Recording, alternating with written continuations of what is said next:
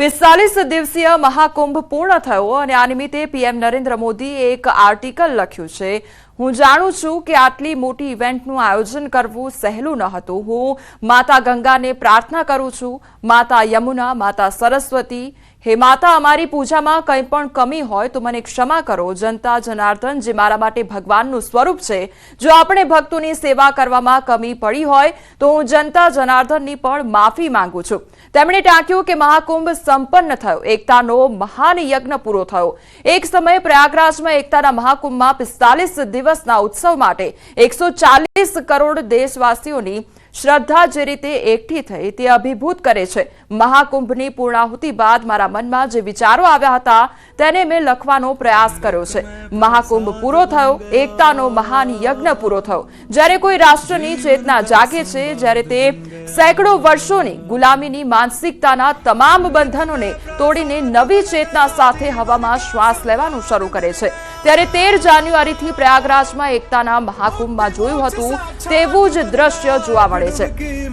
22 જાન્યુઆરી 2024ના રોજ અયોધ્યામાં રામ મંદિરના અભિષેક સમારોહમાં મેં દેવભક્તિની સાથે દેશભક્તિની વાત કરી હતી। પ્રયાગરાજમાં મહાકુંભ દરમિયાન તમામ દેવી દેવતાઓ ભેગા થયા, સંતો મહાત્માઓ ભેગા થયા, બાળકો અને વૃદ્ધો ભેગા થયા, મહિલાઓ અને યુવાનો ભેગા થયા। પ્રયાગરાજમાં આયોજિત મહાકુંભનો આ પ્રસંગ આધુનિક યુગના મેનેજમેન્ટ પ્રોફેશનલ્સ, પ્લાનિંગ અને પોલિસી એક્સપર્ટ્સ માટે નવેસરથી અભ્યાસનો વિષય બની ગયો છે। આજે આખી દુનિયામાં આટલી મોટી ઘટનાનું બીજું કોઈ ઉદાહરણ નથી, બીજી કોઈ સરખામણી નથી। આખી દુનિયા આશ્ચર્યમાં છે કે ત્રિવેણી સંગમ પર નદી કિનારે આટલી મોટી સંખ્યામાં કરોડો લોકો કેવી રીતે એકઠા થયા। આ કરોડો લોકોને ન તો કોઈ ઔપચારિક આમંત્રણ હતું કે ન તો તેઓ કયા સમયે પહોંચશે તેની કોઈ પૂર્વ માહિતી હતી। બસ લોકો મહાકુંભ માટે નીકળ્યા અને પવિત્ર સંગમમાં ડૂબકી મારીને આશીર્વાદ મેળવ્યા। कई पीढ़ियों का आलिंगन धर्म सनातन होता है, सादर आशीर्वाद बन गया, एक योगी प्रहलाद बन गया, भारत जिंदाबाद बन गया, एक डुबकी में स्वाद बन गया, महाकुंभ एक याद बन गया, महाकुंभ एक याद बन गया, महाकुंभ एक याद बन गया।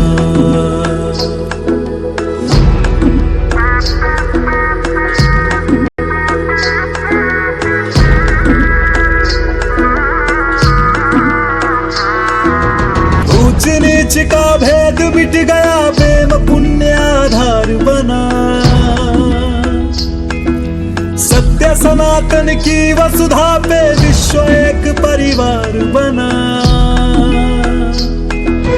हर रिश्ते का बाध बन गया, हद अनहद का नाद बन गया, यूपी का सौभाग्य बन गया, एक डुबकी में।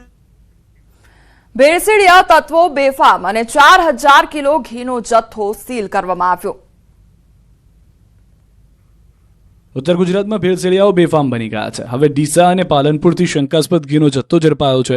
ઘીના ભેળસેળિયા વેપારી પર રાજ્યનું આરોગ્ય વિભાગ ત્રાટક્યું હતું। ડીસા પાલનપુરમાં દરોડા પાડ્યા હતા। શ્રી નવકાર ડેરી પ્રોડક્ટ્સમાંથી 4000 કિલો ઘીનો જથ્થો સીલ કરાયો। અંદાજે 17 લાખથી વધુનો મુદ્દામાલ જપ્ત કર્યો। દરોડાની કામગીરીમાં સ્થળ પરથી કુલ 11 નમૂના લેવામાં આવ્યા। પેઢીની આકસ્મિક તપાસ કરતા પેઢીનું લાયસન્સ રદ કરી દીધું હોવા છતાં ઘીનું ઉત્પાદન કરતી માલુમ પડ્યું।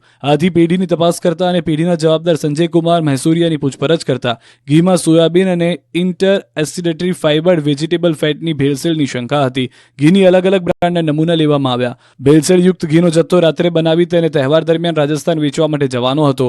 આમ ખોરાક અને ઔષધ નિયમન તંત્રના અધિકારીઓના દરોડાથી લોકોના સ્વાસ્થ્ય સાથે ચેડા કરનાર ગુનાહિત પ્રવૃત્તિમાં સંડોવાયેલા ભેળસેળિયા ઇસમોમાં ફફડાટ ફેલાયો છે।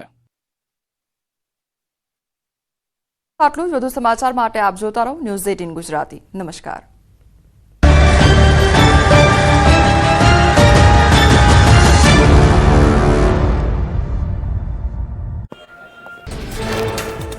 જમ્મુ કાશ્મીરના ગુલમર્ગ અને બારામુલ્લામાં થઈ હિમવર્ષા। તાજી હિમવર્ષાથી ચારે તરફ બરફના થર જામ્યા। ખીણ પર સફેદ ચાદર ઓઢી હોય તેવા નયનરમ્ય દ્રશ્યો સર્જાયા। જમ્મુ કાશ્મીરના ડોડા જિલ્લાનું વાતાવરણ આહલાદક બન્યું। વરસાદી માહોલ છવાતા સ્વર્ગ જેવો માહોલ છવાયો। જાણે વાદળો પર્વતો સાથે ગોષ્ઠી કરતા હોય તેવો નજારો સામે આવ્યો. તમિલનાડુના તિરુનેલવેલી શહેરના કેટલાક વિસ્તારમાં વરસાદ જામ્યો. પલયન કોટ્ટાઈ વિસ્તારમાં કમોસમી વરસાદથી રસ્તા ભીના થયા. વાહન ચાલકોને પણ ભોગવવી પડી હાલાકી. ડીસામાં ફૂડ એન્ડ ડ્રગ વિભાગના દરોડા. રજવાડી ગૃહ ઉદ્યોગ નામની ફેક્ટરીમાં દરોડા. અલગ અલગ ઠંડા પીણાના સેમ્પલ લઈ પરીક્ષણ માટે મોકલાયા. ફૂડ વિભાગે સ્થળ પરથી અલગ અલગ 11 ખાદ્ય પદાર્થોના લીધા નમૂના. 17.50 લાખની કિંમતનો 4000 કિલો જથ્થો જપ્ત કર્યો. ભેળસેળિયા વેપારીઓમાં ફફડાટ. દેવાયત ખવડે હાઈકોર્ટના દ્વાર ખખડાવ્યા. પોલીસ ફરિયાદ નહીં નોંધાતા હાઈકોર્ટમાં અરજી કરી. આરોપીઓ સામે એફઆઈઆર નોંધવા અને મુદ્દામાલ શોધી પરત કરવા પોલીસને નિર્દેશ આપવાની અરજીમાં માંગ. કસૂરવાર પોલીસ અધિકારીઓ સામે પણ કાર્યવાહી થાય તેવી રજૂઆત. ભાવનગર મનપાના અણઘડ આયોજનથી પ્રજાના પૈસા પાણીમાં. બગીચાની કામગીરી 2.5 વર્ષથી ટલ્લે ચડી. હાઉસિંગ બોર્ડે જમીન આપ્યા પહેલા જ કોર્પોરેશને ડિઝાઇન બનાવી બગીચાનું કામ શરૂ કરી દીધું. પાલિકાની કામગીરી સામે વિપક્ષે ઉઠાવ્યા સવાલ.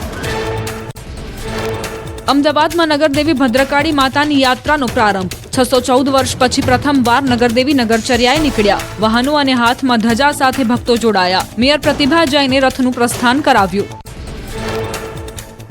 અમદાવાદમાં ભદ્રકાળી માતાની નગરયાત્રા દરમિયાન કિન્નર સમાજ થયો નારાજ. નગરયાત્રામાં કિન્નરોને સામેલ ન કરાતા જોવા મળ્યો આક્રોશ.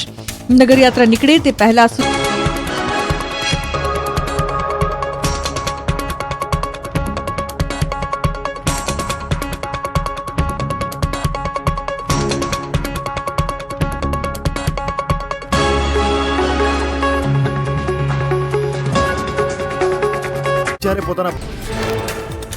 જમ્મુ કાશ્મીરના ગુલમર્ગ અને બારામુલ્લામાં થઈ હિમવર્ષા. તાજી હિમવર્ષાથી ચારે તરફ બરફના થર જામ્યા. ખીણ પર સફેદ ચાદર ઓઢી હોય તેવા નયનરમ્ય દ્રશ્યો સર્જાયા. જમ્મુ કાશ્મીરના ડોડા જિલ્લાનું વાતાવરણ આહલાદક બન્યું. વરસાદી માહોલ છવાતા સ્વર્ગ જેવો માહોલ છવાયો. જાણે વાદળો પર્વતો સાથે ગોષ્ઠી કરતા હોય તેવો નજારો સામે આવ્યો. તમિલનાડુના તિરુનેલવેલી શહેરના કેટલાક વિસ્તારમાં વરસાદ જામ્યો.